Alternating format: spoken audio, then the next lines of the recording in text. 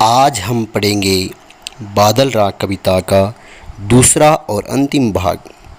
बादल राग कविता सूर्यकांत त्रिपाठी निराला की लिखी हुई है। कवि निराला जी ने इस कविता के माध्यम से जन क्रांति को दिखाने का प्रयास किया है और बादलों को वे क्रांति दूत के माध्यम से पुकार रहे हैं, उनका आह्वान कर रहे हैं और वे चाहते हैं कि जो ये क्रांति दूत जो समाज का वंचित वर्ग है, जो शोषित वर्ग है अर्थात जो मजदूर हैं, उसका उद्धार कैसे करें और उनके लिए इस समाज में क्रांति लाएं ताकि सामाजिक विषमता को दूर किया जा सके। तो शुरुआत में उन्होंने कहा कि आकाश में जो फैले हुए बादल वायु के रूप में समुद्र में बादलों की युद्ध नौका के समान दिखाई दे रहे हैं, जिसमें कि जो वंचित वर्ग हैं, आशाओं आकांक्षाओं के अस्त्र शस्त्र से भरे हुए हैं, वे संघर्ष के लिए आ पहुँचे हैं। संघर्ष किनसे होगा? पूंजीपतियों से। उसके बाद उन्होंने कविता का जो हिस्सा था उसमें यह बताया है कि जब बादल होते हैं, गरजते हैं, बरसात होती है, मूसलाधार बरसात होती है, तो इस प्रकार से जैसे कि जब क्रांति के स्वर गूंजने लगते हैं तो उसकी गूंज इतनी कड़क होती है, इतनी प्रभावशाली होती है, वह भयभीत कर देने वाली होती है। पूंजीवादी लोग घबरा जाते हैं और उनकी जो वज्र गर्जना है उससे घबरा कर वे इस प्रकार से उत्साहित होने लगते हैं, धराशायी होने लगते हैं, जैसे बड़े बड़े योद्धा अस्त्र शस्त्रों से धराशायी हो जाते हैं। अगले हिस्से में उन्होंने यह बताया है कि क्रांति से जो लाभान्वित होते हैं वह है शोषित वर्ग, मजदूर वर्ग। जब पानी गिरता है तब छोटे छोटे पौधे प्रसन्नता के साथ लहराने लगते हैं। छोटे छोटे पौधे उस वर्ग का प्रतिनिधित्व कर रहे हैं या उस वर्ग के प्रतीक के रूप में यहाँ पर कविता के रूप में प्रयुक्त किए हैं, जो कि छोटा वर्ग, जिसे हम छोटा वर्ग या निम्न वर्ग कहते हैं, जो कि सदैव अभाव में अपना जीवन यापन करने वाले हैं। तो यहाँ तक हमने पिछले पद्यांशों में पढ़ा था और आज का जो पद्यांश है हमारा वह अट्टालिका नहीं है रे आतंक भवन। इस पद्यांश में कवि कह रहे हैं कि जो बरसात है और विप्लव क्रांति है उसका असर पूंजीपति वर्ग और सर्वहारा वर्ग पर पड़ता है और इस प्रभाव का बिंबात्मक वर्णन इस पद्यांश में कवि ने किया है। यह प्रसंग हो सकता है। कवि कह रहे हैं अट्टालिका नहीं है रे, ये ऊंचे ऊंचे भवन। अट्टारी भी इस शब्द का एक अर्थ होता है। अट्टालिका यानी भवन, महल, जिनमें धनी वर्ग रहता है। ये अब अट्टालिका नहीं है, अब ये तो आतंक का भवन बन गए हैं। आतंक भवन क्यों कहा कवि ने? यहाँ दो आशय हो सकते हैं आतंक भवन के।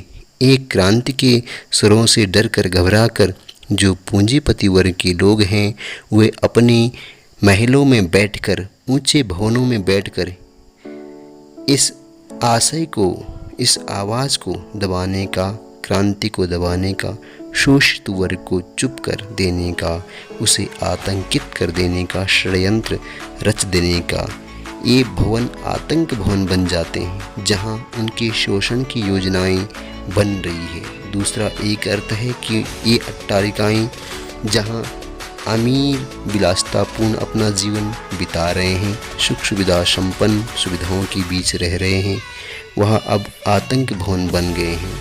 वे हरेक के निवास स्थान बन, क्योंकि इन पूंजीपतियों को हमेशा भय सता रहा है। हर समय वे भय की गिरफ्त में हैं, उसी के साये में हैं। ये भवन अब आलिशान महल न होकर आतंक के भवन बन गए हैं, आतंक के घर बन गए हैं। तो ये दो अर्थ हैं। आगे वे कहते हैं कि ये जो क्रांति होती है, जितनी भी क्रांति हुई आज तक, जो क्रांति होंगी, इनका असर, बुरा प्रभाव जो पड़ता है वह पूंजीपतियों पर ही पड़ता है। और यहाँ जो शब्द है सदा पंख पर ही होता है, जल विप्लव प्लावन। और जिस प्रकार से बाढ़ आती है, जल विप्लव बाढ़ आती है, तो उसमें सबसे पहले जो है वह कीचड़ हमेशा प्रभावित होता है, वह बह जाता है। बाढ़ में कीचड़ बह जाता है। पंख यहाँ किसका प्रतीक है? पंख यहाँ उन बुरे लोगों का प्रतीक है, उस धनी वर्ग का प्रतीक है जिसने शोषित करके, जो वंचित वर्ग है उसका शोषण करके धन अर्जित किया है। उनकी बुरी नीतियाँ गंदगी है और उनके अत्याचार इस धरती को पंकिल बनाए हुए हैं। तो अब इस क्रांति रूपी बाढ़ में यह गंदगी धुल जाएगी और सब कुछ साफ साफ हो जाएगा। अब आगे कहते हैं कि इस कीचड़ पर बाढ़ का प्रभाव तो पड़ता है, लेकिन कीचड़ में रहने वाले कमल के फूल पर इसका कोई बुरा असर नहीं पड़ता। जब बरसात का पानी छोटे छोटे कमल के फूलों पर गिरता है तो वे खिल जाते हैं। शुद्र का तात्पर्य तुच्छ, प्रफुल्ल, खिलना, जलज, जल में उत्पन्न हुआ अर्थात कमल का फूल सदा छलकता नीर, छलकना जैसे बूंद बूंद करके गिरना। जब उस पर पानी गिरता है तो नीर, पानी, बरसात का पानी गिरता है तो प्रसन्नता के साथ खिले खिले दिखाई देते हैं और उन पर पानी पड़कर उन्हें खराब नहीं करता, उन्हें नष्ट नहीं करता, न ही उनका रूप बिगाड़ता। उनके पत्तों पर पड़ेगा और नीचे छलक जाएगा। ऐसा ही तो होता है। चिकने होते हैं उनके पत्ते। जलज जो उन लोगों का प्रतीक है जो अभाव में रह रहे हैं, शोषित वर्ग का प्रतीक है। यह वर्ग हर स्थिति में प्रसन्न रहता है। यह भी कहने का प्रयास किया है कवि ने, अगर क्रांति आती है तो वंचित वर्ग को लाभ ही मिलता है। ऐसा वर्ग जो बच्चों की भांति बच्चे होते हैं कि वे रोग शोक में भी हंसते हैं, तो इसी प्रकार यह वर्ग रोग शोक, अच्छा बुरा, सुख दुख हर हाल में वे प्रसन्न रहते हैं, हंसते हैं। चाहे वह किसी भी हाल में हो, वे हर समय मुस्कुराते रहते हैं। और जिस प्रकार यहाँ पर लिखा है, शैशव, शैशव का अर्थ होता है बचपन, सुकुमार कोमल शरीर, देह तो शैशव का सुकुमार सा शरीर से आशय उस शोषित वर्ग से है जो कष्टों में भी हंसता रहता है। उसे दुखों में भी किसी बात की परवाह नहीं होती, क्योंकि उसके पास खोने के लिए कुछ नहीं है। अगर बुरा भी उसके साथ होगा तो कितना बुरा होगा, इसीलिए वह बेपरवाह रहता है और हर हाल में हंसता रहता है। शिल्प सौंदर्य आप देखिए, पंख प्रतीक के रूप में जो पूंजीपति रूप का प्रतीक है, जलज जो शोषित वर्ग है उसका प्रतीक है, भाषा संस्कृतनिष्ठ खड़ी बोली प्रभामयी है, छंद मुक्त शैली छायावादी से। अब आगे पढ़ते हैं। इस अंतिम काव्यांश में कवि ने पूंजीपतियों के विलासितापूर्ण जीवन पर कटाक्ष किया है और क्रांति का प्रभाव क्या होता है इसका भी वर्णन कवि ने यहाँ किया है। रुद्ध कोश है। रुद्ध का अर्थ होता है रोका हुआ या बाधित, कोश माने खजाना। यह खजाना जो शोषित वर्ग से उन्होंने इकट्ठा किया है, अब जो कि क्रांति शुरू हो गई है तो इस कोष में धन का आना भी बाधित हो गया है, रुक गया है। अब कोष में संचय न होने के कारण यह संतुष्ट वर्ग, तोष का अर्थ होता है संतोष, यहाँ क्षुब्ध का अर्थ होता है कुपित या व्याकुल।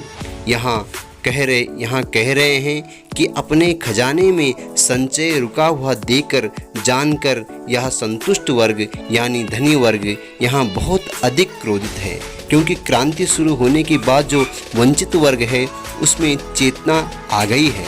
अब वे अपने अधिकारों के लिए खड़े हो गए हैं, जिससे घबरा गया है यह पूंजीपति वर्ग और क्रोधित भी है। और उनमें भय इतना है कि वे अपनी प्रेयसी के आलिंगन में होते हुए भी मन ही मन कांपते रहते हैं। अंगना का अर्थ स्त्री, सुंदर अंगों वाली स्त्री।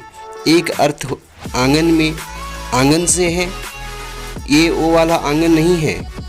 तो ऐसी सुंदरी के अंग से लिपटकर भी, उसके आलिंगन में रहकर भी वे आतंक से, डर से कांप रहे हैं। आतंक के डर से वे कांप रहे हैं। उन्हें अपने विनाश की घबराहट है, डर है कि उनकी मृत्यु कभी भी हो सकती है। आतंक का अर्थ भय।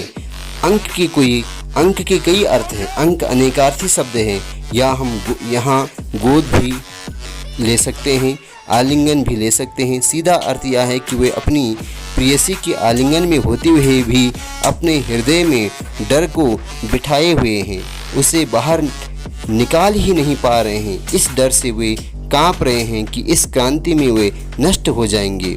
धनी वज्र गर्जन से बादल त्रस्त नयन मुख ढांप रहे हैं। हे बादल, तुम्हारी वज्र के समान जो गर्जना है उससे यह धनी वर्ग घबरा गए हैं। उनकी आंखें डर से फैल गई है, ये भयभीत हैं और साथ ही साथ वे डर से कांप रहे हैं, भागने का प्रयास कर रहे हैं, अपना मुख ढांप रहे हैं। मुख ढांप एक मुहावरा है, इसका अर्थ लज्जित होना या फिर कह सकते हैं हम इस स्थिति से भागना भी कह सकते हैं। इस पद्यांश में यही है कि क्रांति के तेज होते स्वर उन्हें इतने अधिक या इतना अधिक भयभीत कर रहे हैं कि उनकी आंखें डरी हुई दिखाई दे रही हैं और वे डर के मारे अपना मुंह छुपाने में लगे हुए हैं या छुपा रहे हैं। शिल्प सौंदर्य इस पद्यांश में अगर आप देखें, अंगना, अंग, अनुप्रास अलंकार, ध्वनि बिंब का प्रयोग तथा भाषा संस्कृत निष्ठ खड़ी बोली, छंद मुक्त छायावादी शैली का प्रयोग किया गया है, प्रभावमयी है। इस बादल राग कविता के अंतिम काव्यांश में कवि शोषित वर्ग की दयनीय दशा का उल्लेख कर रहा है और साथ ही साथ इस काव्यांश में शोषित वर्ग द्वारा क्रांति दूत बादल का आह्वान का चित्रण भी किया गया है। कवि कहते हैं कि जीर्ण भाव है शीर्ण शरीर, तुझे बुलाता कृषक अधीर। हे क्रांति दूत बादल, तुझे यह किसान व्याकुल होकर बुला रहा है, पुकार रहा है, निमंत्रण दे रहा है कि आओ और क्रांति की बरसात करो।